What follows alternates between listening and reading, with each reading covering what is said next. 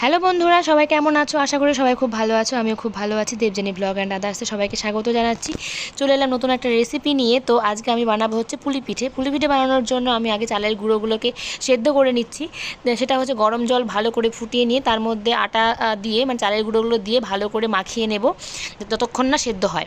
তো ভালো করে দেখো সেদ্ধ করে নিয়েছি। তো এখন গরম গরম থাকতেই আমি হচ্ছে হাতে জল দিয়ে দিয়ে এটাকে হচ্ছে ভালো করে মেখে নেব, না হলে পরে শক্ত হয়ে গেলে এটা দিয়ে আর পিঠে বানানো যাবে না, সেই কারণে।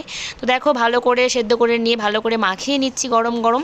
তারপরে হচ্ছে আমি পিঠেগুলোকে কী বলতো রুটির মতো করে নেব। তারপরে একটা গ্লাস নেব, গ্লাস দিয়ে তারপরে কেটে কেটে তারপরে হচ্ছে আমি পুর দিয়ে পিঠেগুলো বানাবো।